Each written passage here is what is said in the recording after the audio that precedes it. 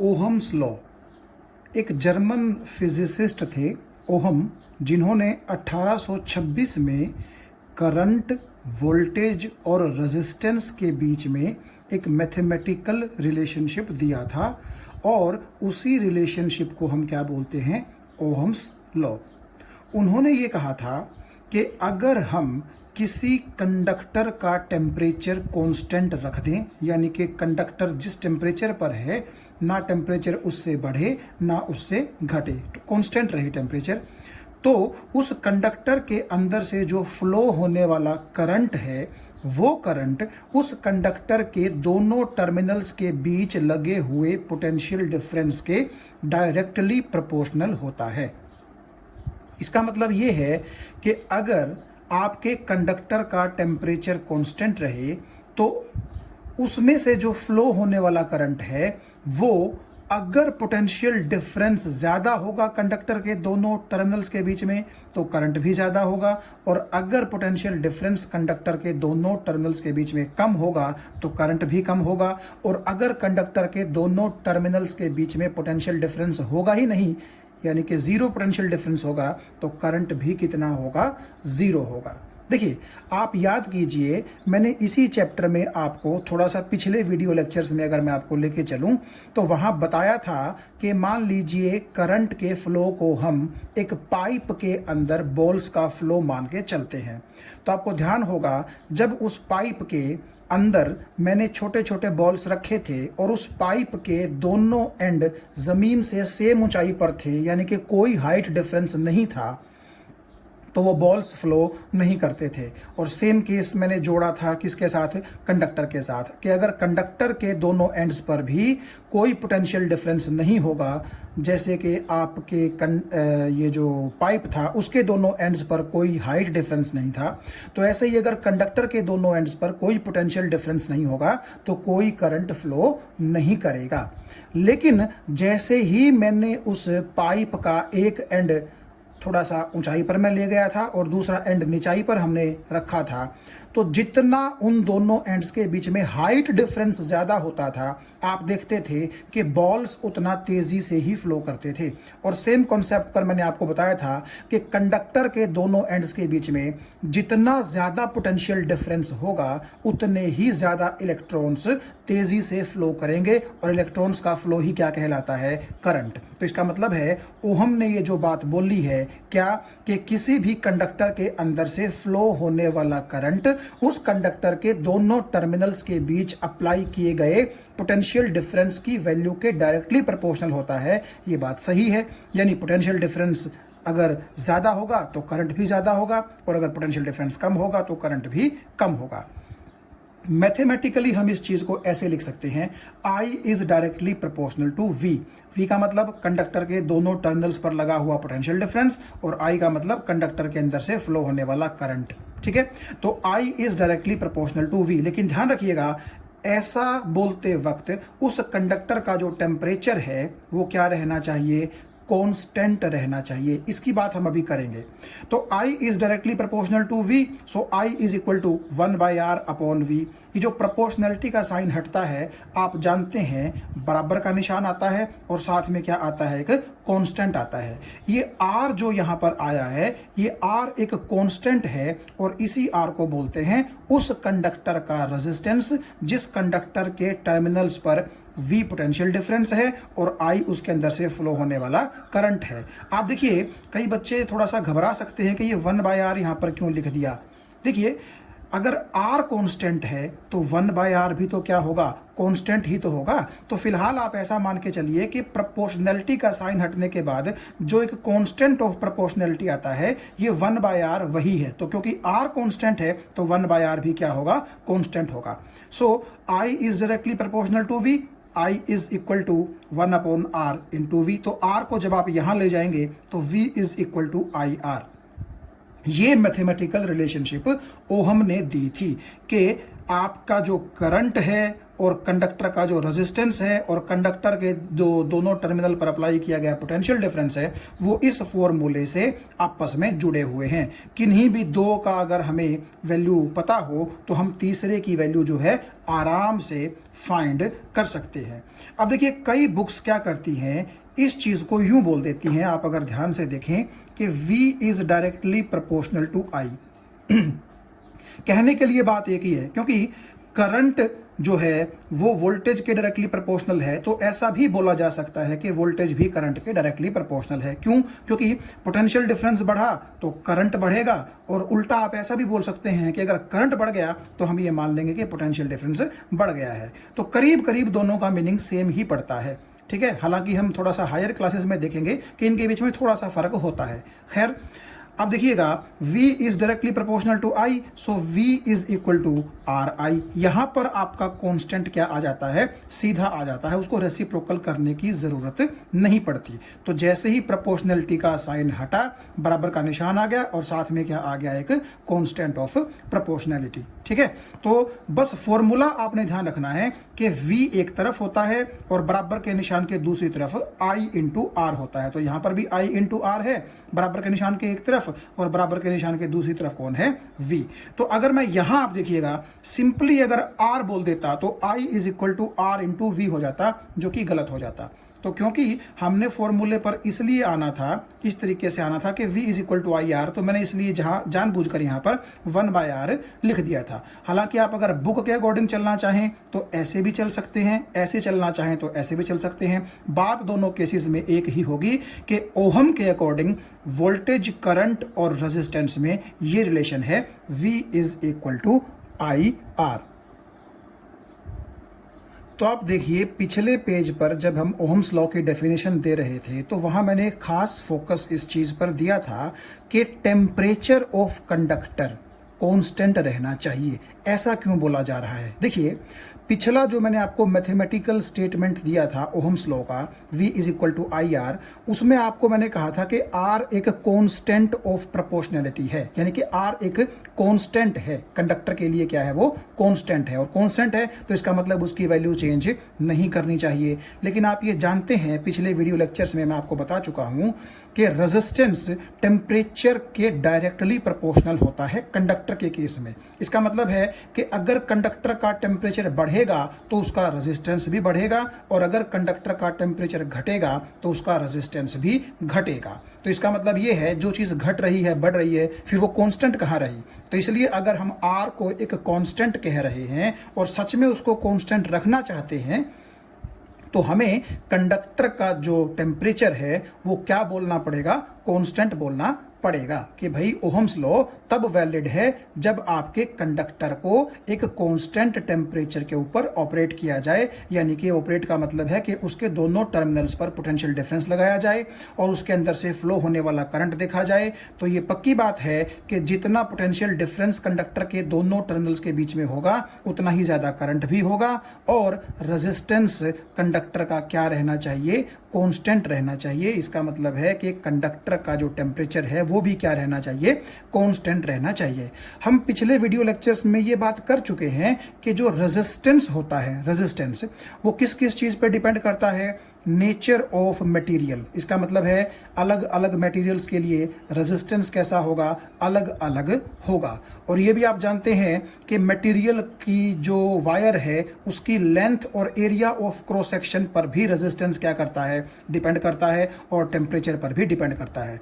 तो जिस कंडक्टर के लिए आप ओहम्स लॉ लगा रहे हैं, ना तो आपने उस कंडक्टर का मटेरियल चेंज करना, यानी कि एक बार शुरू में आपने जो मटेरियल ले लिया वही मटेरियल आपने रखना है, और ना ही उस कंडक्टर की आपने जो है लेंथ और area of cross section change करना। मतलब कहने का ये है कि शुरू में अगर आपने कोई वायर ले ली किसी पर्टिकुलर लेंथ, किसी particular area of cross section और किसी पर्टिकुलर मटेरियल की, तो वही वायर रहेगी, आपने वो वायर चेंज नहीं करनी है। ठीक है, तो उस वायर के दोनों एंड्स के बीच में जितना ज़्यादा पोटेंशियल डिफरेंस होगा उतना ही उसके अंदर से करंट फ्लो करेगा, और टेम्परेचर भी उस कंडक्टर का क्या रखना पड़ेगा, हमें कांस्टेंट रखना पड़ेगा। तो यहां आप देखिएगा V is equal to I R से हम देख सकते हैं R is equal to V upon I हो जाएगा। ठीक है, तो इसका मतलब ये होगा कि अगर हम V को इंक्रीज कर देंगे तो I भी क्या हो जाएगा, इंक्रीज, क्योंकि जितना पोटेंशियल डिफरेंस इंक्रीज होगा उतना ही करंट भी क्या हो जाएगा, इंक्रीज। यही तो हम देख रहे थे। तो इसका मतलब ये है कि R क्या रहेगा, कांस्टेंट रहेगा। देखिए इसका मतलब ये है कि शुरू में अगर मान लीजिए वोल्टेज 1 वोल्ट है और करंट 1 एम्पियर है, तो 1/1 तो रेजिस्टेंस की वैल्यू कितनी होगी, 1 होगी। लेकिन अगर आपने वोल्टेज बढ़ा करके सपोज कीजिए 3 वोल्ट कर दी, तो करंट भी बढ़ करके कितना हो जाएगा, 3 एम्पियर हो जाएगा, ताकि अब भी उनका रेशियो कितना रहे, 1 ही रहे, यानी कि रेजिस्टेंस क्या रहे, कांस्टेंट रहे। तो मैंने वही लिखा है कि एज वोल्टेज इंक्रीजेस, वोल्टेज मतलब potential difference, current also increases in the same proportion and R remains constant. यहां से आप एक चीज देख सकते हैं कि जो हम ओहम बोल रहे थे कि रेजिस्टेंस की एसआई यूनिट होती है, तो वो ओहम क्या होती है, आप देखिए आर है V/I। V का मतलब पोटेंशियल डिफरेंस जिसकी यूनिट है वोल्ट, और I मतलब करंट जिसकी यूनिट है एम्पियर। तो बेसिकली वोल्ट पर एम्पियर जो मैंने यहां सिंबॉलिकली लिखा है, उसी को हम रेजिस्टेंस की एसआई यूनिट बोलते हैं। तो आप अगर एम्पियर को ऊपर लेके जाएंगे तो वोल्ट एम्पियर की -1, इसी वोल्ट पर एम्पियर को क्या बोला जाता है, ओहम, और यही रेजिस्टेंस की क्या है, एसआई यूनिट है। अगर हमें डिफाइन करना पड़े कि 1 ओहम का रेजिस्टेंस कितना होता है तो कैसे हम उसको डिफाइन करेंगे। देखिए 1 ओहम का क्या मतलब है, 1 वोल्ट डिवाइड बाय 1 एम्पियर। यानी कि अगर आपके पास एक कंडक्टर है, जिस कंडक्टर के दोनों टर्मिनल्स के बीच में आपने 1 वोल्ट का पोटेंशियल डिफरेंस अप्लाई कर दिया है, और ऐसा करने से अगर उस कंडक्टर के अंदर 1 एम्पियर करंट पास हो रहा है, तो क्या होगा, जरूर उस कंडक्टर का रेजिस्टेंस 1 ओहम होगा, क्योंकि 1/1 भी 1 होगा, और वोल्ट पर एम्पियर को क्या बोल देंगे हम, रेजिस्टेंस की एसआई यूनिट, जो कि ये सिंबल है ओहम। तो मैंने लिखा resistance of a conductor will be 1 ohm, ठीक है, if 1 ampere current passes through it when 1 volt potential difference is applied across its 2 terminals, या फिर अक्रॉस इट्स 2 एंड्स। तो आप यहां देखिए, जैसा कि हमने अभी अभी बात की कि I is directly proportional to V, इसका मतलब है कि जैसे जैसे वोल्टेज बढ़ेगी वैसे वैसे करंट बढ़ेगा। तो अगर दोनों इन के बीच में मुझे ग्राफ प्लॉट करना हो तो कैसे किया जाएगा। देखिए ग्राफ को प्लॉट करने के लिए मैंने एक एग्जांपल ले लिया है, आप इस पर ध्यान दीजिए। डायरेक्टली प्रोपोर्शनल का मतलब था कि करंट बढ़ेगा तो वोल्टेज बढ़ेगी, या फिर वोल्टेज बढ़ेगी तो करंट बढ़ेगा। तो इसीलिए मैंने ये कुछ वैल्यूज ली हैं जिनकी हेल्प से हमें ग्राफ को प्लॉट करने में आसानी रहेगी।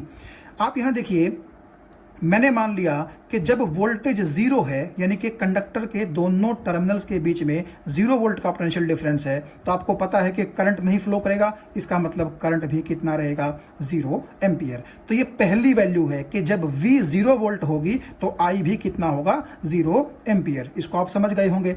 फिर जैसा कि हम जानते हैं कि वोल्टेज बढ़ने से करंट बढ़ेगा, तो मान लीजिए मैंने वोल्टेज 0 वोल्ट से बढ़ा करके 1 वोल्ट कर दी, और इसी तरह करंट भी 0 एम्पियर से बढ़ करके 1 एम्पियर हो गया। इसका मतलब क्या है कि आपने कुछ ना कुछ पोटेंशियल डिफरेंस अप्लाई कर दिया है 0 से ज़्यादा। इसका मतलब ये हुआ कि कुछ ना कुछ जो है आपकी जो दोनों टर्मिनल्स हैं कंडक्टर के, उनके दोनों एंड्स पर प्लस माइनस आ गया होगा, तो अब इलेक्ट्रॉन फ्लो करना शुरू कर देंगे और करंट भी आपका क्या होगा, पिक्चर में आ जाएगा, फ्लो करना शुरू कर देगा। सिमिलरली जब मैंने वोल्टेज बढ़ा करके 2 वोल्ट कर दी तो मान लीजिए करंट 2 एम्पियर हो गया, और ऐसे ही जब मैंने वोल्टेज 3 वोल्ट कर दी तो मान लीजिए करंट कितना हो गया, 3 एम्पियर, एंड सो ऑन। तो ये तो हम देख ही चुके हैं कि जैसे जैसे वोल्टेज बढ़ेगी वैसे वैसे करंट बढ़ेगा। तो ये एग्जाम्पल मैंने एक लिया है ताकि ग्राफ प्लॉट करने में हमें आसानी हो, हम देख सकें कि किस तरह से ग्राफ प्लॉट किया जाता है। तो यहाँ आप देखिए एक्स एक्सिस पर मैंने करंट ले लिया है जिसको आई से रिप्रेजेंट किया है और एम्पियर में हम उसको मेजर करेंगे, और वाई एक्सिस में आप देखिए वोल्टेज या फिर पोटेंशियल डिफरेंस मैंने लिया है जिसको हम वी से डिनोट करेंगे और वोल्ट्स में हम उसको मेजर करेंगे। तो आप यहाँ देखिए, यहाँ वाई एक्सिस पर अगर वोल्टेज है तो ये 1 volt, 2 volt, 3 volt and so on. तो क्योंकि ज़्यादा से ज़्यादा यहाँ पर मेरे पास 3 वोल्ट ही है तो मैंने सिर्फ 3 ही निशान बनाए हैं, और करंट भी मेरे पास कहाँ तक है, 3 एम्पियर तक। तो ये 0 एम्पियर, 1 एम्पियर, 2 एम्पियर, 3 एम्पियर, इस तरह मैंने क्या किया, एक्स एक्सिस पर करंट बना लिया। तो ये तो आप जानते ही हैं, ओरिजिन होता है। यहाँ पर आप देखिएगा वोल्टेज भी 0 है और करंट भी कितना है, 0। तो ये वाला जो पॉइंट है 0 0, तो वो तो आपको यहीं मिल जाएगा। जब वोल्टेज 1 वोल्ट है तो करंट 1 एम्पियर है, तो क्या होगा, 1 वोल्ट से हम एक लाइन इस तरह खींच देंगे और 1 एम्पियर से हम एक लाइन इस तरह खींच देंगे। जहां दोनों कट करेंगी तो वही पॉइंट आपका किसको डिनोट करेगा, 1 वोल्ट और 1 एम्पियर वाले पॉइंट को। इसका मतलब ये है कि अगर आप इस पॉइंट से नीचे की तरफ परपेंडिकुलर डाल दें तो ये करंट को 1 एम्पियर वाले स्थान पे काटेगा, और अगर हम यहाँ से वोल्टेज वाली एक्सिस पर परपेंडिकुलर डाल दें तो ये वाले पॉइंट से डाली गई लाइन वोल्टेज को 1 वोल्ट वाली जगह पर क्या करेगी, कट करेगी। तो सिमिलरली आप जानते हैं कि इस ग्राफ को हमने कैसे प्लॉट करना है। 2 2 वाला पॉइंट ये आ गया, 3 3 वाला पॉइंट जो है ये आ गया। तो जब आप इन सभी पॉइंट्स को मिला देंगे तो ये देखिएगा, ये जो ग्राफ के रूप में आपको ये स्ट्रेट लाइन मिली है, यही स्ट्रेट लाइन कहलाती है ग्राफ फॉर ओहम्स लॉ। तो आप बोल सकते हैं कि ओहम्स लॉ के केस में वोल्टेज और करंट के बीच में, वोल्टेज और करंट के बीच में जो ग्राफ आता है, उनका जो ग्राफिकल रिप्रेजेंटेशन है रिलेशनशिप का, वो एक स्ट्रेट लाइन के तौर पे आता है। और वो शुरुआत कहां से हो रही है उस ग्राफ की, 0 से, यानी कि ओरिजिन से। क्यों? क्योंकि अगर वोल्टेज 0 वोल्ट होगी, पोटेंशियल 0 वोल्ट होगा, तो पोटेंशियल डिफरेंस, सॉरी, ठीक है, 0 वोल्ट का मतलब कंडक्टर के दोनों टर्मिनल्स के बीच में कोई पोटेंशियल डिफरेंस नहीं है, तो तब भी तो करंट 0 होगा ना। तो इसीलिए आपका जो ग्राफ है वो यहाँ 0 से शुरू होगा और इस तरह से स्ट्रेट लाइन के रूप में बढ़ता रहेगा। तो आप देख सकते हैं कि ये एक स्ट्रेट लाइन ग्राफ है। सो graph between potential difference V and current I is a straight line which is passing through the origin. आपको ये बात समझ में आ गई होगी। और अगर आप और वैल्यूज लेते, वोल्टेज और बढ़ करके 4 वोल्ट हो जाती, करंट बढ़ करके आपका 4 एम्पियर हो जाता, तो इस तरह से आपका देखिएगा जितने भी आप पॉइंट्स ड्रॉ करेंगे इसी स्ट्रेट लाइन के ऊपर वो पॉइंट्स आएंगे। तो इसका मतलब ये है कुल मिलाकर के कि ओहम्स लॉ के केस में वोल्टेज और करंट के बीच में स्ट्रेट लाइन ग्राफ आता है जो कहां से पास करता है, ओरिजिन से। अब देखिए, ये जब आप ग्राफ बना लेंगे तो यहां पर मैंने आपको एक थीटा दिखा रखा है। अब इसकी बात करते हैं कि इसका क्या यूज है। ठीक है, क्वेश्चन के रूप में मैंने लिखा है how to find resistance from above graph. यानी मान लीजिए कि ये जो ग्राफ आपने बनाया है ये एक कंडक्टर के दोनों टर्मिनल्स के बीच में लगे हुए पोटेंशियल डिफरेंस और करंट के लिए बनाया है। इसका मतलब ये है कि मान लीजिए आपके पास एक कंडक्टर है और उसके दोनों टर्मिनल्स के बीच में आपने V वोल्टेज अप्लाई की है, और जैसे जैसे वो वोल्टेज आप बढ़ाते रहे, पोटेंशियल डिफरेंस आप बढ़ाते रहे, तो करंट उसके अंदर से बढ़ता रहा। ठीक है, ये हम देख ही चुके हैं ओम्स लॉ में। तो आपने क्या किया, कितनी वोल्टेज पर कितना करंट था, कितनी वोल्टेज पर कितना करंट था, वो आपने एक टेबल के रूप में लिख लिया और बाद में आपने क्या कर दिया, एक ग्राफ प्लॉट कर दिया। तो अगर आपसे कोई पूछे कि ठीक है जी, उस कंडक्टर के ऊपर आपने कितना पोटेंशियल डिफरेंस अप्लाई किया और उस हिसाब से कितना करंट बना, वो तो आपने यहाँ टेबल के रूप में लिख दिया, लेकिन ये बता दो उस कंडक्टर का रेजिस्टेंस कितना होगा। क्योंकि हम जानते हैं कि अगर वोल्टेज बढ़ती है तो करंट बढ़ता है, लेकिन कंडक्टर का रेजिस्टेंस R तो कांस्टेंट रहता है ना, अगर टेम्परेचर कांस्टेंट रहे कंडक्टर का तो अगर हमें वो R निकालना हो तो कैसे निकाल लेंगे। तो देखिए, R निकालने के लिए मैंने आपको बताया कि आप ऐसा कीजिए, ये जो करंट और वोल्टेज के बीच में आपने ग्राफ बनाया है, इस ग्राफिकल लाइन का आप स्लोप निकाल लीजिए बस, और वो स्लोप ही आपको क्या देगा, रेजिस्टेंस देगा। इसीलिए मैंने लिखा है कि resistance is equal to slope of V I graph. V का मतलब वोल्टेज या पोटेंशियल डिफरेंस और आई का मतलब करंट। ठीक है, तो जो इस ग्राफ का मतलब बेसिकली ग्राफिकल लाइन से होता है, ठीक है। तो इस लाइन का आप स्लोप निकाल लें, वो स्लोप ही आपको क्या देगा, रेजिस्टेंस देगा। अब कई बच्चे सोचेंगे ये स्लोप क्या होता है। देखिए मैं आपको बड़े आसान शब्दों में बताता हूं कि स्लोप क्या होता है। स्लोप का मतलब होता है कि कोई लाइन किसी दूसरी लाइन के रिस्पेक्ट में कितने एंगल से उठी हुई है। तो मैं ऐसा बोल सकता हूं ना यहां पर कि जो ये OA लाइन है ये एक्स एक्सिस के मुकाबले थीटा एंगल से ऊपर उठी हुई है।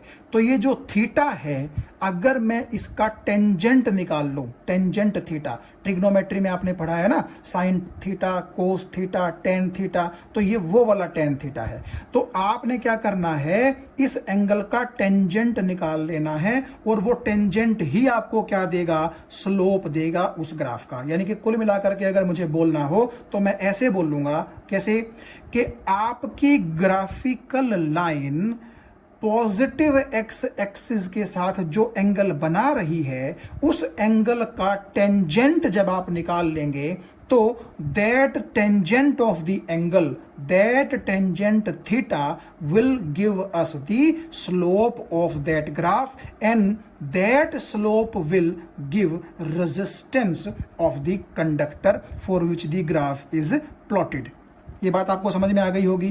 देखिए अब आप थोड़ा सा इस तरह ध्यान दीजिएगा, आप ऐसा कीजिए, इसको आप 0 की बजाय O मान लीजिए ट्रायंगल के नाम के लिए। ये O है, ये B है, ये A है। बेसिकली आप देखें अगर तो A जो है वो पॉइंट है जहां पर आपका करंट 3 एम्पियर है और वोल्टेज भी कितनी है, 3 एम्पियर। आप ऐसा कर सकते हैं, यहां परपेंडिकुलर डालिए 3 एम्पियर पे कट रहा है और यहां परपेंडिकुलर डालिए 3 वोल्ट पर कट रहा है। तो आप ऐसा कीजिए, OBA को एक राइट एंगल्ड ट्रायंगल मान लीजिए। देखिए ये एंगल 90 का ही तो है और इस एंगल को अगर आपने थीटा मान लिया तो टेंजेंट थीटा आप सब जानते हैं किसके बराबर होता है, टेंजेंट थीटा होता है परपेंडिकुलर अपॉन बेस। ये आपका बेस रहेगा और ये आपका क्या होगा, ये आपका परपेंडिकुलर होगा। तो परपेंडिकुलर की जगह मैंने लिख दिया AB और बेस की जगह मैंने लिख दिया OB, ठीक है। तो टेन थीटा आपने निकाल लिया। अब क्या करना है हमें कैसे पता चलेगा कि ये टेन थीटा जो है वो रेजिस्टेंस ही देगा। आप एक चीज ध्यान से सुनिए, AB किसके बराबर है, आप देखिएगा यहां से AB आपको नहीं लगता कि यहां से लेकर के यहां तक के बराबर है, यानी कि 3 वोल्ट के बराबर है। क्योंकि देखिए जितनी लेंथ AB की है उतनी ही लेंथ इस लाइन की तो है और 0 से लेकर के यहां 3 वोल्ट, तो इसका मतलब है AB की लेंथ बेसिकली कितनी हो गई, 3 हो गई। लेंथ तो 3 हो गई, लेकिन क्योंकि यहां पर एक्सिस में वोल्टेज है तो हम इसको क्या लिख देंगे, 3 वोल्ट। तो आप AB की जगह क्या लिखेंगे, 3 वोल्ट लिख देंगे। तो नीचे क्या आएगा, OB देखिए क्या रिप्रेजेंट करता है, O से लेकर के B तक का भी मैग्नीट्यूड तो 3 ही है। देखिए यहां से यहां 1, यहां से यहां 2, यहां से यहां 3, तो OB 3 आ गया। लेकिन आप देखिए एक्स एक्सिस के अलोंग जो ये 3 है ये क्या रिप्रेजेंट करता है, ये करंट, तो इसलिए मैंने यहां पर लिख दिया 3 एम्पियर। तो 3 से 3 चल बसा, क्या आ गया 1, और वोल्ट पर एम्पियर तो आप जानते ही हैं क्या होता है, ओहम, यानी कि ये आ गया आपके पास। तो आप ये देखिएगा कि जब आप इस एंगल का टेंजेंट थीटा लेंगे तभी केवल आपके पास रेजिस्टेंस आएगा। साइन थीटा लेंगे या कोस थीटा लेंगे तब आपके पास परपेंडिकुलर अपॉन बेस नहीं आएगा, यानी कि आपके पास रेजिस्टेंस की वैल्यू नहीं आ सकती। अब आपको समझ में आ गया है ना कि हमने क्या किया, इस ग्राफ ने जो ये एक्स एक्सिस के साथ थीटा एंगल बनाया था, इस थीटा एंगल का हमने टेंजेंट ही क्यों लिया था, क्योंकि टेंजेंट ही बेसिकली किसके बराबर होता है, परपेंडिकुलर अपॉन बेस के। और यहां परपेंडिकुलर कौन है, वोल्टेज है, और बेस कौन है, करंट है। तो आप ये जानते हैं कि वोल्टेज बाय करंट ही किसके बराबर होता है, रेजिस्टेंस के बराबर होता है। इसीलिए मैं आपसे कह रहा था कि इस ट्रायंगल में OBA में आपको क्या निकालना पड़ेगा, टेंजेंट थीटा। तो ये बात आपको समझ में आ गई। तो टेंजेंट थीटा को ही क्या बोला जाता है, स्लोप। और आप ये देखिएगा कि क्योंकि टेंजेंट थीटा ही रेजिस्टेंस देता है, तो बेसिकली आप ये कह सकते हैं कि टेंजेंट थीटा ने दिया हमें स्लोप और स्लोप ने हमें दिया क्या, रेजिस्टेंस। तो इसीलिए मैंने कहा था आपसे शुरू में कि if we want to find the resistance from the VI graph, then what we have to do, we have to calculate the slope of the graph. ठीक है, और ये ध्यान रखिएगा कि स्लोप निकालते वक्त वोल्टेज आपकी वाई एक्सिस पर हो और करंट आपका कहां हो, एक्स एक्सिस पर हो। तो ऐसा होगा तो वो टेन थीटा आपका स्लोप होगा और वो स्लोप ही आपको क्या देगा, रेजिस्टेंस देगा। तो इसीलिए मैंने यहां पर ये छोटा सा आंसर लिख दिया है और मैंने आपको समझा भी दिया है कि किस तरह से आप स्लोप की हेल्प से रेजिस्टेंस निकाल सकते हैं। अब देखिए एक यहां पर छोटी सी बात और है, अगर मैं आपसे कहूं कि टेन थीटा को ही स्लोप क्यों कहते हैं, तो आप थोड़ा सा अगर ध्यान दें, आप जानते हैं कि टेन जीरो जो होता है वो जीरो होता है और टेन 90 जो होता है वो इन्फिनिटी होता है। इसका मतलब क्या है कि जैसे एंगल 0 से 90 इंक्रीज करता है तो ये वैल्यू भी 0 से कहां, इन्फिनिटी की तरफ इंक्रीज करती है। यानी कि जैसे जैसे एंगल इंक्रीज कर रहा है तो टेन थीटा की वैल्यू इंक्रीज कर रही है ना। तो यहां पर आप देखिएगा, अगर मैं ये कह दूं कि ये लाइन बिल्कुल एक्स एक्सिस के पैरेलल होती तो थीटा कितना होता, 0, और टेंजेंट 0 का मतलब 0। समझ में आ रही है बात आपको। और 0 का मतलब है कि स्लोप 0 है, और स्लोप का मतलब मैंने आपको क्या बताया था कि कोई लाइन किसी दूसरी लाइन के रिस्पेक्ट में कितना खड़ी है, कितना चढ़ी हुई है ऊपर की तरफ। तो अगर ये लाइन एक्स एक्सिस के पैरेलल ही हो जाएगी तो नेचुरली खड़े होने का तो सवाल ही पैदा नहीं होता। इसीलिए आप देखिए, अगर ये एंगल 0 हो जाएगा तो टेंजेंट 0 0 हो जाएगा और इस लाइन का स्लोप क्या कहलाएगा, 0, और जिसका फिजिकल मतलब क्या होगा कि ये लाइन एक्स एक्सिस के बिल्कुल पैरेलल है, कोई स्लोप पर खड़ी नहीं है। तो इसीलिए टेन थीटा को ही क्या माना जाता है, स्लोप माना जाता है। अब कई बच्चे जिनको ट्रिग्नोमेट्री नहीं जिन्होंने पढ़ी है तो सोच रहे होंगे कि ये टेन थीटा हमें तो नहीं पता क्या है, साइन थीटा हमें नहीं पता क्या है, कोस थीटा हमें नहीं पता क्या है। तो आपके लिए मैं एक सिंपल तरीका बता देता हूं, आप उस पर चलिए। ग्राफ तो आप प्लॉट कर ही लेंगे, उसमें कोई दिक्कत नहीं है। अब अगर आपने ग्राफ प्लॉट कर लिया तो आपने क्या करना है, कम से कम राइट एंगल्ड ट्रायंगल तो आपने छोटी क्लासेस में पढ़ी ही होगी। आप 10th में हो गए हैं तो छोटी क्लासेस में आपने राइट एंगल्ड ट्रायंगल तो पढ़ी होगी। तो देखिएगा, मान लीजिए कि इस थीटा को हमने जो है क्या कर दिया, एक तरह से खत्म कर दिया। मैं उनके लिए बोल रहा हूं जिनको ट्रिग्नोमेट्री नहीं आती। तो ये ग्राफ तो आप प्लॉट कर ही सकते हैं, ठीक है। एक्स एक्सिस में करंट, वाई एक्सिस में आपकी वोल्टेज, और ये ग्राफ हमने प्लॉट कर लिया, ठीक है। ये पॉइंट्स भी आप जानते हैं बखूबी कि क्या क्या ये पॉइंट्स हैं।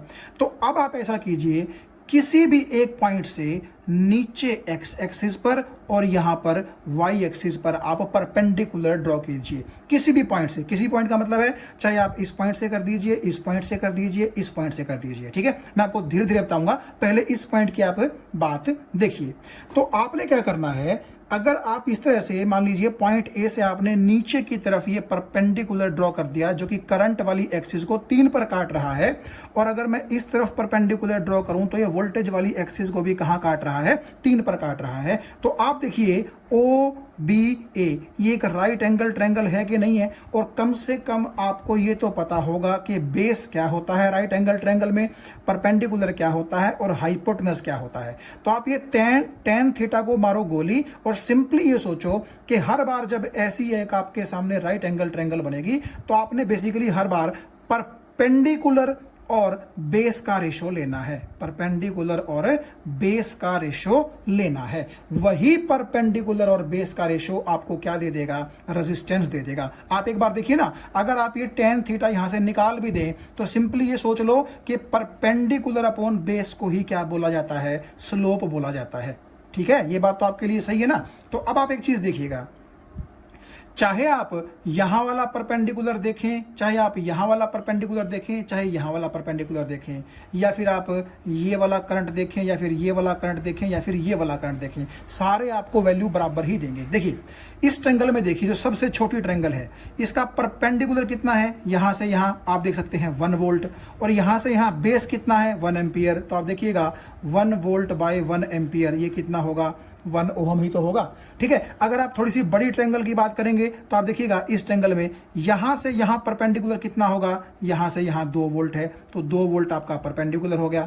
और बेस की अगर मैं बात करूं, देखिएगा यहां से यहां बेस कितना है 2 एम्पियर, तो ये 2 एम्पियर हो गया, तो 2/2 कितना फिर से आ गया 1, और वोल्ट पर एम्पियर आपका ओहम होता ही है। तो पहले वाली ट्रायंगल से भी रेजिस्टेंस 1 ओहम निकला था और इससे भी कितना है 1 ओहम ही निकला है। और तीसरी ट्रायंगल से आप देख ही सकते हैं ये आपकी वोल्टेज कितनी रहेगी 3 वोल्ट, और ये बेस आपका कितना रहेगा यहाँ पर, ये रहेगा 3 एम्पियर। तो ये वोल्टेज आपकी बेसिकली परपेंडिकुलर काम करेगी ना, तो परपेंडिकुलर का मतलब 3 वोल्ट और बेस का मतलब 3 एम्पियर, तो यहाँ भी आप देखिएगा 1 ओहम ही रेजिस्टेंस आएगा। तो ये दोनों बातें मैंने आपको बता दी हैं। जो बच्चे ट्रिग्नोमेट्री समझते हैं वो तो कह दें कि टेंजेंट थीटा ही स्लोप होता है और स्लोप ही हमें क्या देता है, रेजिस्टेंस देता है। और जो बच्चे टेंजेंट थीटा से वाकिफ नहीं हैं वो ये सोच लें कि स्लोप का मतलब होता है ये जो राइट एंगल्ड ट्रायंगल बनी हुई है इसमें परपेंडिकुलर और बेस का रेशो, और ये आपका क्या रहेगा उसमें परपेंडिकुलर जो कि आपको वोल्टेज देगा,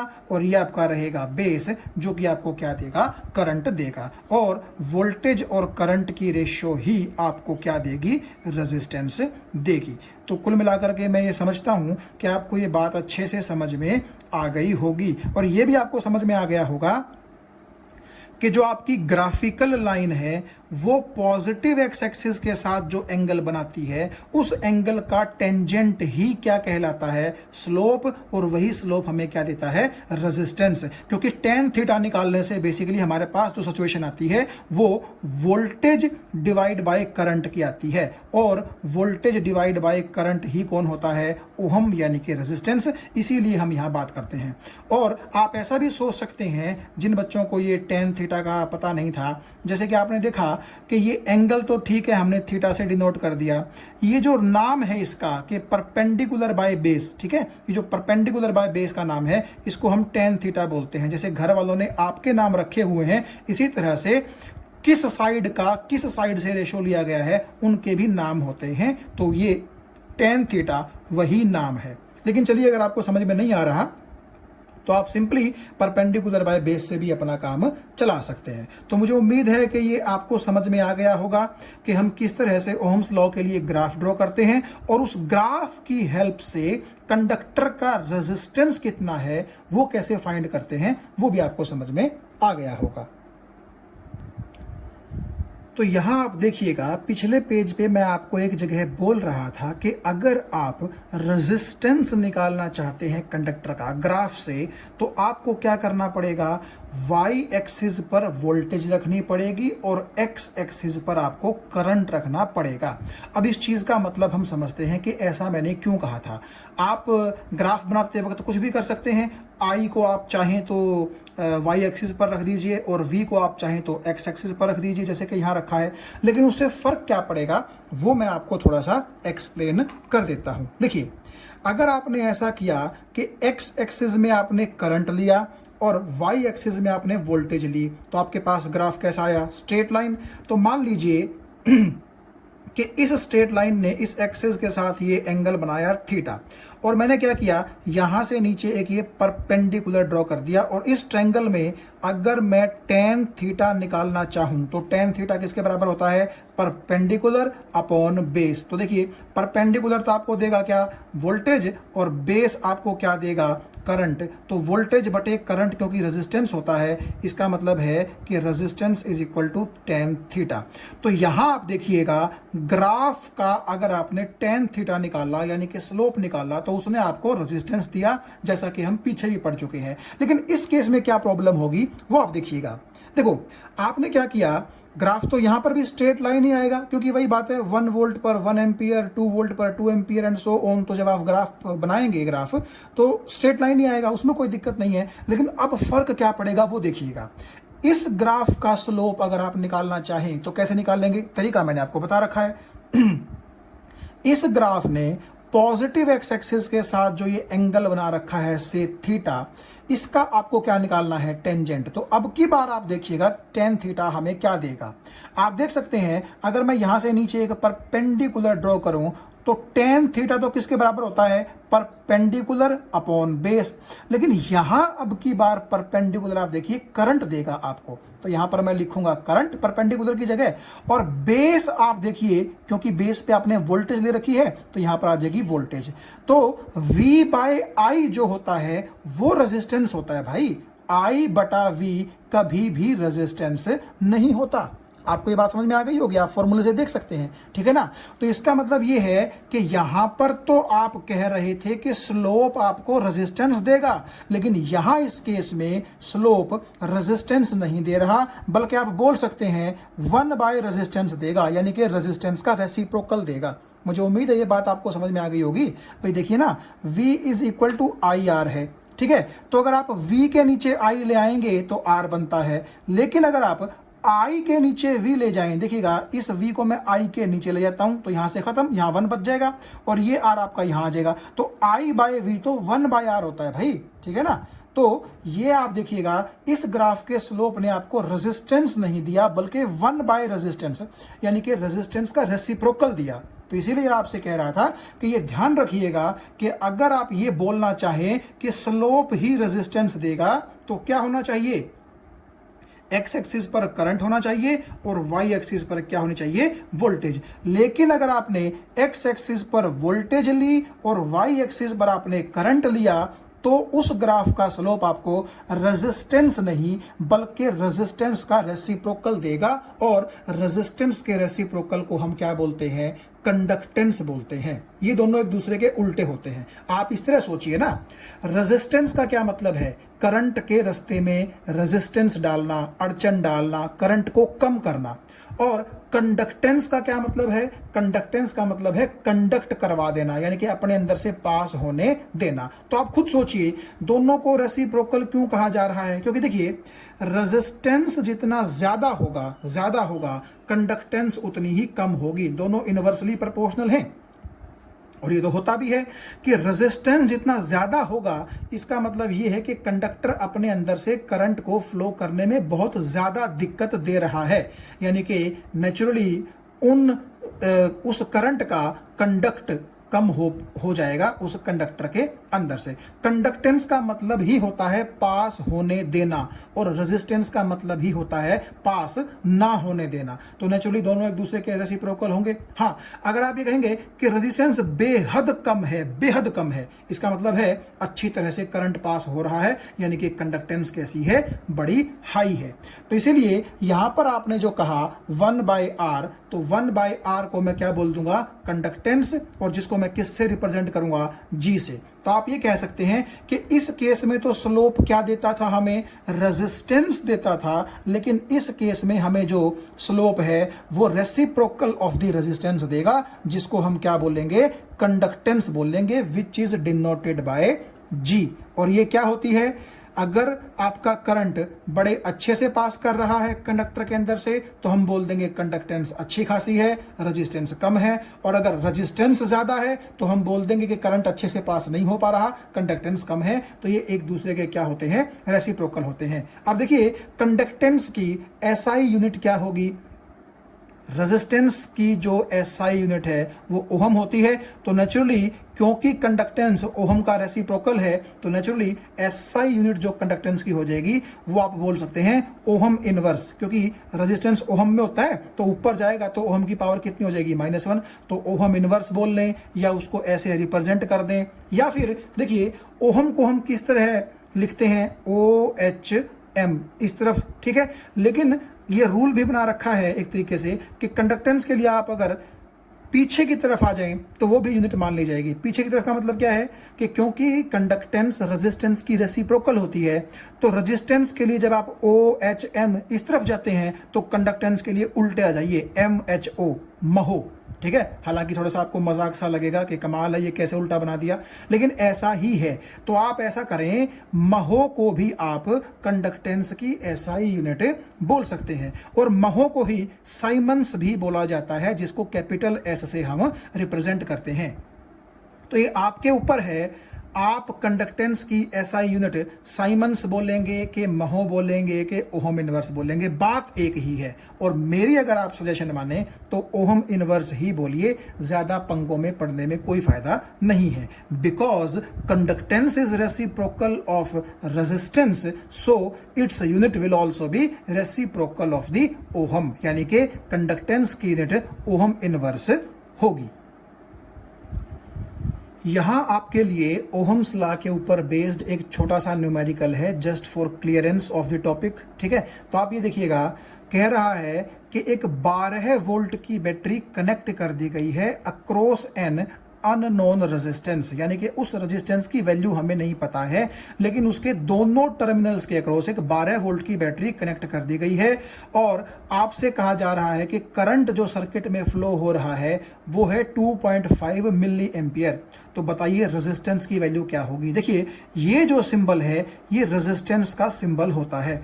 हमने पहले भी सिंबल्स की बात की थी, लेकिन मैंने पहले रेजिस्टेंस के सिंबल की बात इसलिए नहीं की थी क्योंकि तब तक हमने रेजिस्टेंस पढ़ा नहीं था। तो आप देखिएगा, ये जो इस तरह से जिग जैग पाथ आपको दिखाई दे रहा है, इसका मतलब है, आप देखिए कि अगर कोई आदमी सीधा चले तो दिक्कत नहीं आएगी, और अगर कोई आदमी जिग जैग पाथ में चले तो दिक्कत तो आएगी ना। तो रेजिस्टेंस का मतलब भी किससे होता है? दिक्कत से। तो शायद इसीलिए ये सिंबल रेजिस्टेंस का बना दिया गया है। लेकिन आप यहां देखिएगा, अगर रेजिस्टेंस इस तरह से बनाया गया है तो उसका मतलब होता है फिक्स वैल्यू का रेजिस्टेंस। जैसे कि मान लीजिए 10 ओहम है, वो फिक्स है। लेकिन अगर रेजिस्टेंस का सिंबल बना करके बीच में से इस तरह ये तीर निकाल दिया जाता है, तीर कट कर दिया जाता है, इस तरह का सिंबल अगर आपको दिखाई दे तो उसका मतलब होता है वेरिएबल रेजिस्टेंस। और वेरिएबल रेजिस्टेंस का क्या मतलब है कि वो रेजिस्टेंस अपनी वैल्यू चेंज कर सकता है, उसकी वैल्यू फिक्स नहीं होगी। मान लीजिए मैंने कहा कि ये एक ऐसा रेजिस्टेंस है जिसकी रेंज है 1 ओहम से 100 ओहम के बीच में। तो इसका मतलब है कि इस रेजिस्टेंस की value 1 ohm, 2 ohm, 50 ohm, 70 ohm, 100 ohm तक हो सकती है। मतलब 1 ओहम से लेकर के और 100 ओहम के बीच में कुछ भी हो सकती है। तो अगर इस तरह के सिंबल से रिप्रेजेंट किया जा रहा है रेजिस्टेंस तो उसका मतलब है वेरिएबल रेजिस्टेंस, और अगर इस तरह के सिंबल से रिप्रेजेंट किया जा रहा है तो इसका मतलब है फिक्स रेजिस्टेंस। खैर, हम इस चीज पे आते हैं। देखिएगा, ये इस रेजिस्टेंस के 2 टर्मिनल हैं, एक ये रहा और एक ये रहा, ठीक है। ये बैटरी को आपने क्या किया, पॉजिटिव टर्मिनल यहां जोड़ दिया, नेगेटिव टर्मिनल आपने यहां जोड़ दिया। तो 12 वोल्ट की बैटरी रेजिस्टेंस के दोनों टर्मिनल्स के अक्रॉस कनेक्ट हो गई। और मान लीजिए कि आपका जो करंट है, आपको पता है कि वो बैटरी के पॉजिटिव टर्मिनल से निकल करके बैटरी के नेगेटिव टर्मिनल की तरफ होता है, और बैटरी के अंदर नेगेटिव टू पॉजिटिव होता है। तो वो करंट जो है आपका 2.5 मिली एम्पियर है, 2.5 मिली एम्पियर है। तो पूछ रहा है इस रेजिस्टेंस की वैल्यू बताइए। सिंपल सी बात है, V is equal to IR। V का मतलब वोल्टेज कितनी है, 12 वोल्ट, तो यहाँ 12 रखिए। I का मतलब करंट कितना फ्लो कर रहा है सर्किट में। देखिए, क्लोज सर्किट है, कहीं पर भी ओपन नहीं है, तो करंट है 2.5 मिली एम्पियर। तो 2.5 मिली का मतलब मैंने आपको बताया था 10 की पावर -3, क्योंकि वोल्टेज अगर वोल्ट में है SI में तो आपको करंट भी किस में रखना पड़ेगा, मिली एम्पियर से एम्पियर में, यानी कि SI में रखना पड़ेगा। तो आपने जब इसको ऐसे किया तो R की जगह R रख दिया, इसका रेजिस्टेंस हमें मालूम नहीं है। तो जब आप इसको सॉल्व करेंगे, देखिए आपके आगे है, तो R कितना आ जाएगा, 4800 ओहम, 4800 ओहम। तो ये इस तरह से आपकी वैल्यू निकल गई, किसकी, रेजिस्टेंस की। तो सिंपली आप देखिएगा, यहां मैं आपको वही तो बता रहा था कि किसी भी, आप देखिए, 2 चीजों की वैल्यू अगर हमें पता हो तो तीसरे अननोन फैक्टर की वैल्यू हम क्या कर सकते हैं, निकाल सकते हैं। और यहां पर अननोन फैक्टर कौन सा था इस न्यूमेरिकल में, R। अब हो सकता है कि आपको इन दोनों की वैल्यू दे रखी हो तो वे निकालना पड़ जाए। तो कुल मिलाकर के बड़ा आसान सा ये जो मैथमेटिकल रिलेशन है, ये बड़ा आसान है अप्लाई कर पाना। अब आप यहाँ देखिएगा, मैंने जो है थोड़ा सा इसके ऊपर आपको कुछ समझाने की कोशिश की है। 12 वोल्ट की अगर बैटरी है तो आप समझते हैं कि अगर उसका लो पोटेंशियल टर्मिनल मैं 0 वोल्ट पर मानूं तो हाई पोटेंशियल टर्मिनल मुझे 12 वोल्ट पर मानना पड़ेगा, क्योंकि 12 वोल्ट का मतलब ही क्या होता है, दोनों टर्मिनल्स के बीच का पोटेंशियल डिफरेंस। आप देखिए, अगर ये 0 वोल्ट पर है, जिसको हम लो पोटेंशियल टर्मिनल या फिर नेगेटिव टर्मिनल बोल रहे हैं, ये छोटे वाला, और अगर ये आपका 12 वोल्ट पर है, हाई पोटेंशियल पर है, प्लस वाला टर्मिनल जो कि ये बड़ा टर्मिनल है, तो आप देखिए 12 - 0 12 वोल्ट तो बनता है। और ये मैं आपको पहले बता चुका हूं कि वोल्टेज का मतलब होता है दोनों टर्मिनल्स के बीच का पोटेंशियल डिफरेंस। अब देखिए, क्योंकि ये टर्मिनल जुड़ा है यहां पर और ये टर्मिनल जुड़ा है यहां पर, तो आप वही अंदाज़ा जो मैंने आपको पहले बताया था समझने के लिए कि गर्म को टच करेंगे तो गर्म लगेगा। तो मान लीजिए इस पॉइंट ने अगर 12 वोल्ट को टच किया तो इसका भी पोटेंशियल कितना हो गया, 12 वोल्ट। और अगर इस पॉइंट ने यहाँ टच किया तो इस पॉइंट का पोटेंशियल कितना हो गया, 0 वोल्ट। ये संगति का असर है, जिसको आप छुएंगे वैसा ही आप फील करेंगे। ठंडा छुएंगे ठंडा, गर्म छुएंगे गर्म। इस तरह से आप किसी भी पॉजिटिव नेगेटिव को गर्म ठंडा मान सकते हैं अपनी समझ के लिए।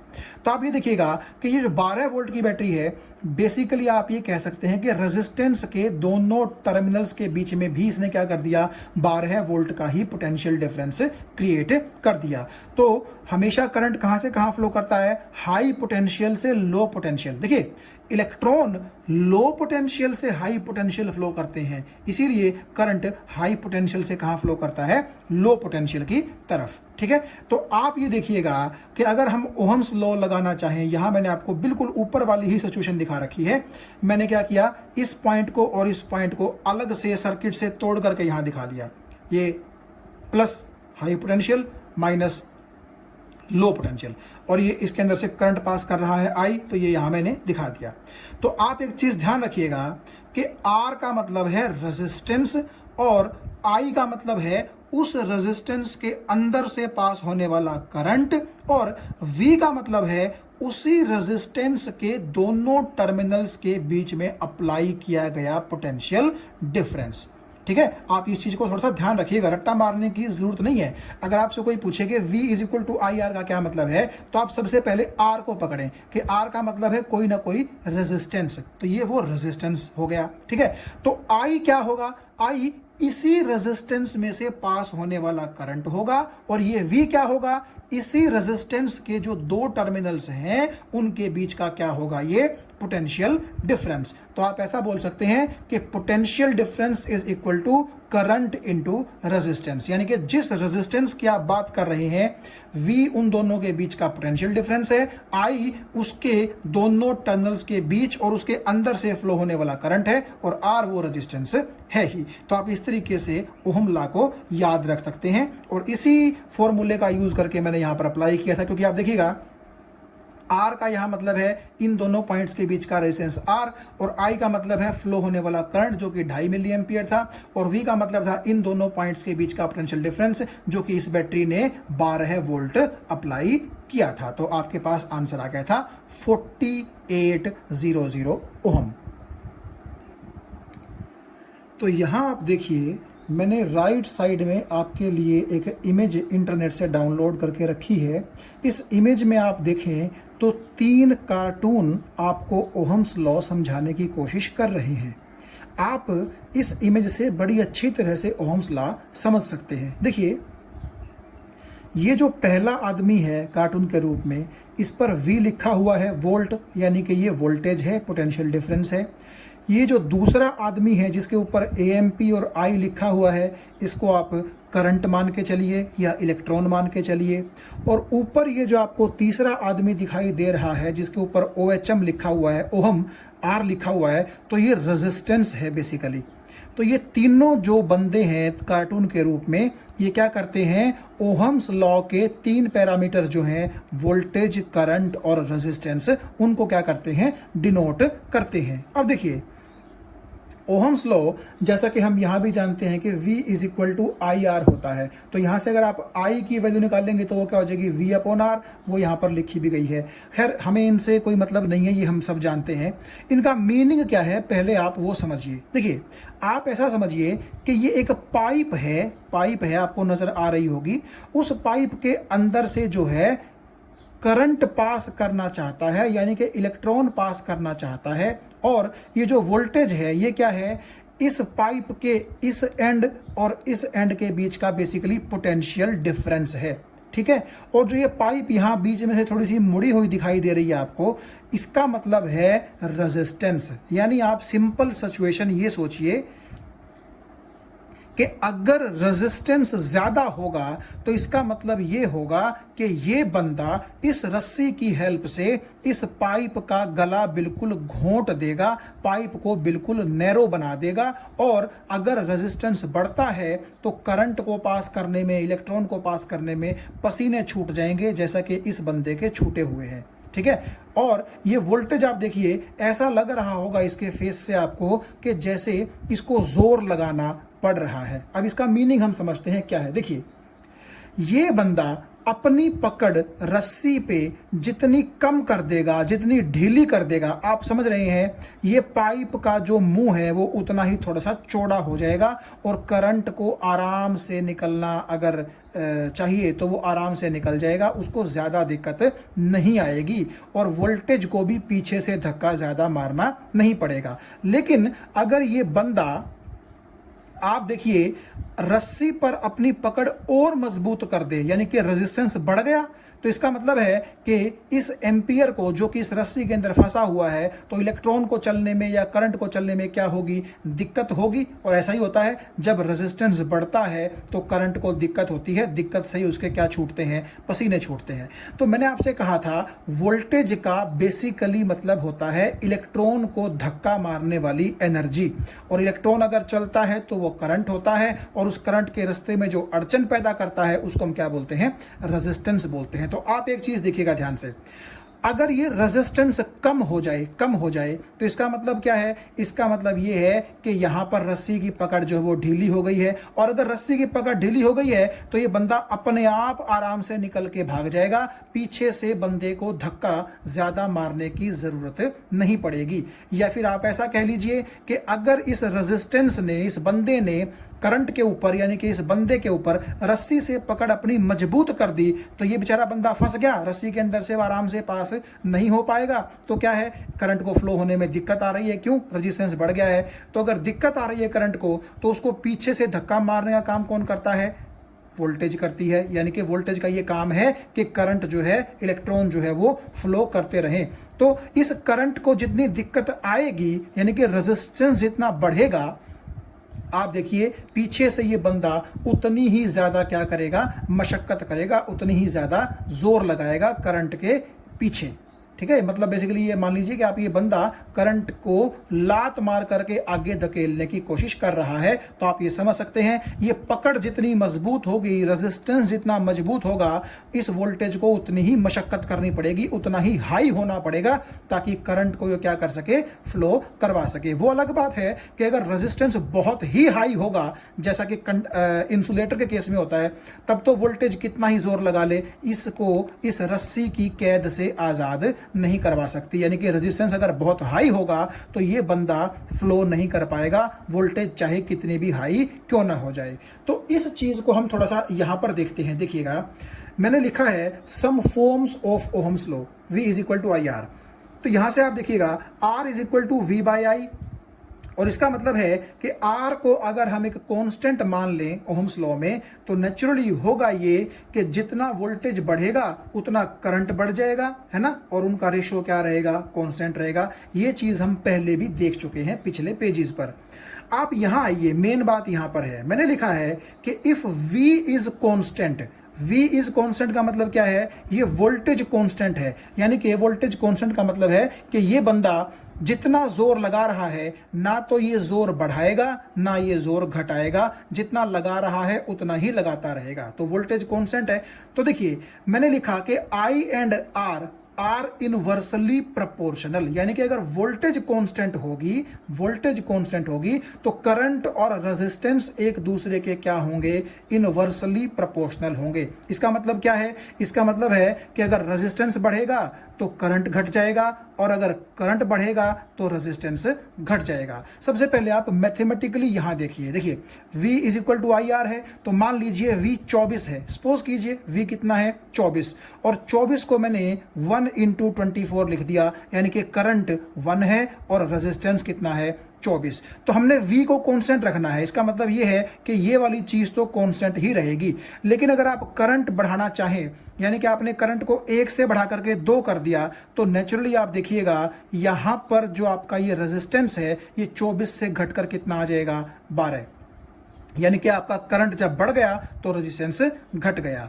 करंट 1 से कितना हो गया 2, तो रेजिस्टेंस 24 से कितना हो गया 12। और आगे आप देखिएगा, फिर मैंने करंट को 2 से बढ़ा करके 3 कर दिया तो रेजिस्टेंस 12 से घट करके कितना हो गया 8। और फिर करंट को 3 से बढ़ा करके 4 कर दिया तो रेजिस्टेंस 8 से घट कर कितना हो गया 6। तो आप देखिए जैसे हम यूं चले हैं तो आप देखिए करंट लगातार बढ़ रहा है, 1 2 3 4, है ना, करंट बढ़ रहा है तो इनवर्सली प्रोपोर्शनल के अकॉर्डिंग रेजिस्टेंस को घटना चाहिए, और रेजिस्टेंस घट रहा है। देखिए पहले 24, फिर 12, फिर 8, फिर 6। तो ये मतलब है इस स्टेटमेंट का। लेकिन ये स्टेटमेंट लागू तभी होगी जब आपका V क्या रहे, कांस्टेंट रहे। तो मैंने साफ लिखा है, if V is constant then current and resistance are inversely proportional। Inversely proportional का मतलब एक अगर बढ़ेगा तो दूसरा घट जाएगा, और एक अगर घटेगा तो दूसरा बढ़ जाएगा। उल्टा रिलेशन होगा इनके बीच में, जैसा कि आप यहां से भी देख सकते हैं कि जब करंट 1 2 3 4 हुआ बढ़ करके, तो इस 24 को कांस्टेंट रखने के लिए ये 24 घट करके 24 से फिर 12 हुआ, 12 से फिर 8 हुआ, 8 से फिर 6 हुआ। तो इस मैथमेटिक्स से आपको ये चीज समझ में आ गई होगी। अब हम ये चीज यहां देखते हैं। देखिए V कांस्टेंट है, यानी कि ये बंदा जितना जोर लगा रहा है उतना ही लगाएगा। तो अब क्या है, अगर आप देखिएगा रेजिस्टेंस कम हो गया तो ये पकड़ कम हो जाएगी और करंट आराम से चल पड़ेगा। इसका मतलब है कि अगर रेजिस्टेंस कम है तो करंट बढ़ जाएगा, बढ़ने का मतलब आराम से ये चलेगा। लेकिन अगर रेजिस्टेंस ज्यादा हो गया तो क्या होगा, अगर रेजिस्टेंस ज्यादा हो गया तो ये वाली पकड़ मजबूत हो जाएगी ना, तो ये बेचारा क्या हो जाएगा, फंस जाएगा। यानी कि रेजिस्टेंस के ज्यादा होने से करंट कम हो जाएगा, और कम होने से मतलब है कि ये बेचारा उतना अच्छे से अब मोशन आगे नहीं कर पाएगा, क्योंकि इसको जकड़ लिया गया है रस्सियों में। और पीछे वाला बंदा ज्यादा हेल्प कर नहीं रहा, क्योंकि वो तो कह रहा है कि भाई मैं तो जितनी हेल्प कर सकता था उतनी मैं कर चुका, ना मैं हेल्प अब बढ़ा सकता और ना मैं अब तेरे लिए हेल्प घटाऊंगा। जितनी हेल्प मैंने करनी थी वो कर दी, अब तू खुद देख अपने आप कि तू इस पकड़ से जो है कैसे आगे छूट पाएगा। तो अगर ये पकड़ बेचारी अपने आप ही ढीली हो गई, यानी कि रेजिस्टेंस कम हो गया, तो ये फिर भी चल पड़ेगा आगे। लेकिन अगर इस बंदे ने रेजिस्टेंस की पकड़ मजबूत कर दी तो इस बंदे को आगे चलने में, यानी कि करंट को आगे चलने में क्या होगी, दिक्कत पेश आएगी। अब मैं इस पॉइंट पे आता हूं, देखिएगा, इफ I इज कांस्टेंट, पहली बार में मैंने क्या किया, R को कांस्टेंट किया, ठीक है। फिर V और I में रिलेशन देखा कि अगर R कांस्टेंट है तो V बढ़ने से I बढ़ेगा, ठीक है। क्यों, क्योंकि अगर ये बंदा ये कहे कि ना तो मैं अपने द्वारा लगाया गया जो रस्सी का फंदा है ना तो वो कसूंगा ना ही ढीला करूंगा, ठीक है। कसने का मतलब रेजिस्टेंस ज्यादा और ढीला करने का मतलब रेजिस्टेंस कम। तो अगर रेजिस्टेंस कम ज्यादा ना हो, यानी कि कांस्टेंट हो, तो क्या होगा, जितना ये बंदा कम धक्का लगाएगा करंट आगे कम चलेगा, और जितना ये बंदा जोर से लात मारेगा इसको, ये बंदा उतना ही आगे चलेगा। यानी कि वोल्टेज कम होगी तो करंट कम होगा, वोल्टेज ज्यादा होगी तो करंट ज्यादा होगा। तो पिछली बार आप देखिए रेजिस्टेंस को कांस्टेंट किया था, इस केस में हमने वोल्टेज को कांस्टेंट कर दिया। अब की बार करंट को कांस्टेंट करके देखते हैं क्या होगा। देखिए करंट को अगर आप कांस्टेंट करेंगे तो अगर ये कांस्टेंट होगा तो क्या हो जाएगा, आप देखिएगा V is directly proportional to R हो जाएगा। क्योंकि आप ऐसा सोच लीजिए कि अगर V is directly proportional to R है तो बराबर का निशान आ जाएगा और I एक कांस्टेंट के तौर पर वहां आ जाएगा। इस तरह भी आप इसको देख सकते हैं। तो क्यों करंट के कांस्टेंट होने पर V और R डायरेक्टली प्रोपोर्शनल है, इसका क्या मतलब है, इसका मतलब ये है कि अगर करंट कांस्टेंट होगा तो जितना रेजिस्टेंस ज्यादा होगा उतना ही वोल्टेज भी क्या होगी, ज्यादा होगी। अब इस चीज को यहां समझने की कोशिश आप कीजिए। देखिए मान लीजिए मैं कहता हूं कि करंट कांस्टेंट है, तो करंट कांस्टेंट है तो इसका मतलब है कि इस बंदे का आगे की तरफ मोशन क्या है, एक जैसा है, ना तो इसकी मोशन कम होगी और ना ही इसकी मोशन ज्यादा होगी। तो अगर इसकी मोशन आगे की तरफ एक जैसी है तो क्या होता है, मान लीजिए ऊपर से बंदा रस्सी की पकड़ मजबूत करता है, तो इसका मतलब है कि इसकी मोशन को वो क्या करना चाह रहा है, कम करना चाह रहा है। पकड़ मजबूत का मतलब रेजिस्टेंस बढ़ गया, तो पीछे से वोल्टेज कहेगी कि अच्छा तू बढ़ गया तो ले, मैं भी अपना जोर लगा करके क्या करता हूं, इस करंट को आगे भेजने की कोशिश करता हूं। तो इसका मतलब यह है कि ऊपर वाला बंदा जितना रेजिस्टेंस बढ़ा देगा, वोल्टेज क्या करेगी, पीछे से उतना ही जोर का धक्का लगाएगी ताकि करंट को चलने में कोई परेशानी ना आए। भाई अगर करंट को कांस्टेंट रखना है ही तब तो फिर रेजिस्टेंस अगर बढ़ेगा तो नेचुरली आप देखिए रेजिस्टेंस बढ़ने से करंट कम हो जाएगा, लेकिन हमने करंट को रखना है कांस्टेंट। तो अगर आपका रेजिस्टेंस बढ़ गया तो करंट को सेम रखने के लिए वोल्टेज को भी बढ़ना पड़ेगा, यानी कि पीछे से वो और धक्का मारेगा और मशक्कत करेगा कि तू आराम से चल, तेरी परेशानी मैं अपनी परेशानी मान करके झेल लेता हूं, ठीक है। लेकिन अगर हमने करंट को कांस्टेंट रखना है और रेजिस्टेंस अगर कम हो गया, रेजिस्टेंस कम होने का मतलब है कि इस बंदे ने अपनी पकड़ इस बंदे पर कमजोर कर दी, तो आप एक चीज बताइए, जब ये ही ढीला पड़ गया तो ये भी ढीला पड़ जाएगा। ये कहेगा कि चल भाई तूने इसको छूट दे दी तो मुझे उतना ज्यादा मशक्कत करने की जरूरत नहीं है। तो जैसे ही रेजिस्टेंस ने ढील दी आई को तो वोल्टेज भी क्या हो गई, कम हो गई। क्यों? क्योंकि अब ढीला हो गया है यहाँ पर ये रस्सी, और अगर ये रस्सी ढीली हो गई है तो वोल्टेज को पीछे से उतना ज्यादा पुश करने की, उतना ज्यादा धक्का मारने की जरूरत नहीं है। तो इसका यही मतलब था इस स्टेटमेंट का, जब मैं आपसे बोल रहा था कि अगर आप करंट को कांस्टेंट रखना चाहते हैं, इसका मतलब है कि करंट के चलने पर अफेक्ट ना हो, तो अगर ये बढ़ेगा तो पीछे से धक्का भी बढ़ाना पड़ेगा, और अगर ये अपना फंदा कम कर लेगा तो नेचुरली वोल्टेज भी ज्यादा बढ़ने की जरूरत नहीं है, कम से ही काम चल जाएगा। तो ये मेरा मतलब था जब मैं बोल रहा था कि आपका V is directly proportional to R। इसका मतलब जितना ज्यादा रेजिस्टेंस होगा करंट को कांस्टेंट रखने के लिए, चलते रहने के लिए, पीछे से वोल्टेज को धक्का भी उतना ही ज्यादा लगाना पड़ेगा।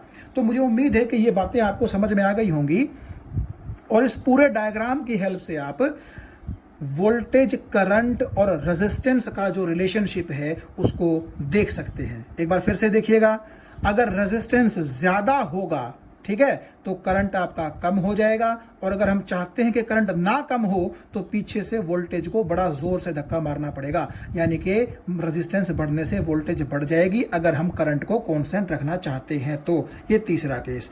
और दूसरे केस में मैंने क्या कहा था कि अगर ये कांस्टेंट है तो नेचुरली इसका मतलब ये है कि ये जितना चाहेगा उतना करंट को चलने देगा। ये कांस्टेंट है, इसका मतलब ये ज्यादा जोर नहीं लगा रहा है, जितना लगा रहा था उतना ही लगाएगा।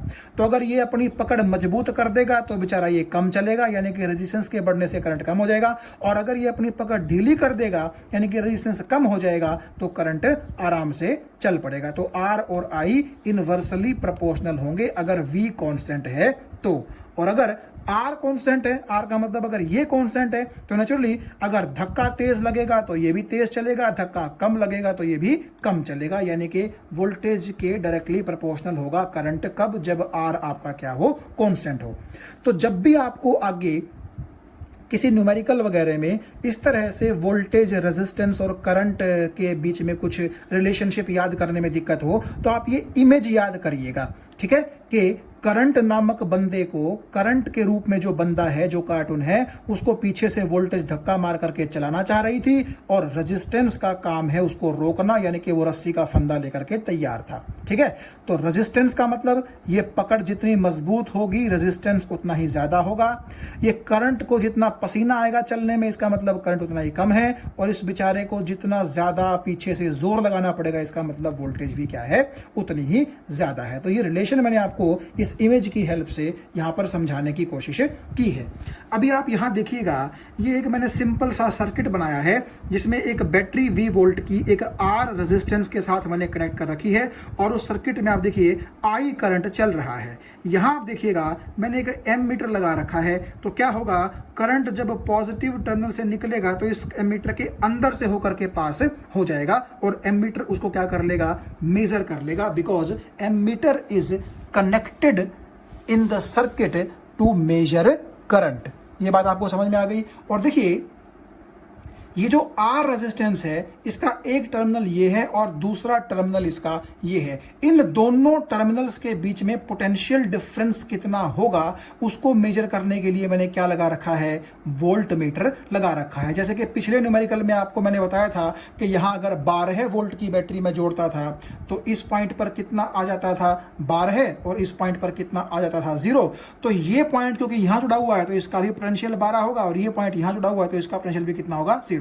तो बेसिकली वोल्ट मीटर की रीडिंग कितनी आ जाएगी, 12 वोल्ट आ जाएगी। तो वोल्ट मीटर आपको सिर्फ इतना बताता है कि किसी रेजिस्टेंस के दोनों टर्मिनल्स के बीच में पोटेंशियल डिफरेंस कितना है। So voltmeter is connected to find the potential difference. अब देखिए मैंने एक और चीज लिखी है कि एम मीटर सीरीज में जुड़ा है और वोल्ट मीटर पैरेलल में जुड़ा है। सीरीज का मतलब तो मैंने आपको बताया था कि आप देखिएगा एक के बाद एक जब हम कनेक्शन करते हैं, पहले बैटरी के बाद एमीटर जुड़ा हुआ है, एमीटर के बाद फिर रेजिस्टेंस जुड़ा हुआ है, तो इसलिए हम बोलेंगे कि एमीटर कहाँ जुड़ा हुआ है, सीरीज में। अब पैरेलल कनेक्शन का क्या मतलब है?